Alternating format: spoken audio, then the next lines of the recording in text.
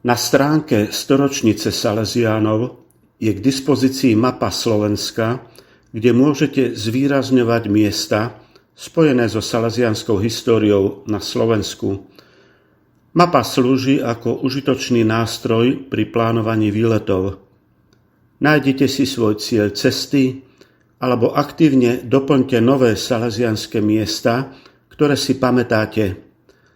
Na mape môžete pridať miesta spojené s činnosťou salesiánov.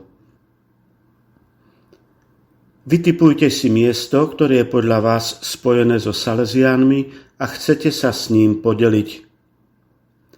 Kliknutím na červené tlačidlo Pridať miesto vojdete do okna s formulárom. Napíšte názov miesta.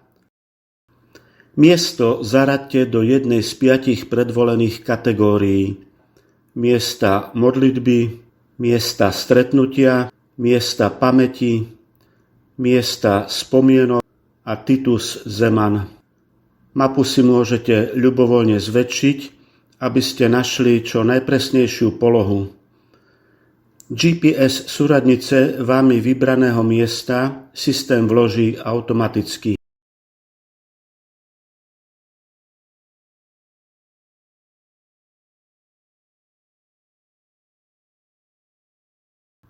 Budeme radi, ak doplníte krátky opis miesta a môžete pridať aj fotografie, maximálne 5 fotografií. V opise miesta môžete uviesť aj link, napríklad na životopis dotyčného salesiána alebo iné vhodné informácie. Na záver uvedte svoju mailovú adresu kvôli poďakovaniu a prípadnej komunikácii s administrátorom. Po odoslaní formulára bude vaše miesto pridané do systému a zobrazí sa na mape až po schválení administrátorom. Takto aj vďaka vám budú na mape pribúdať miesta, ktoré budú pripomínať život a bohatú činnosť salesiánov na našom území.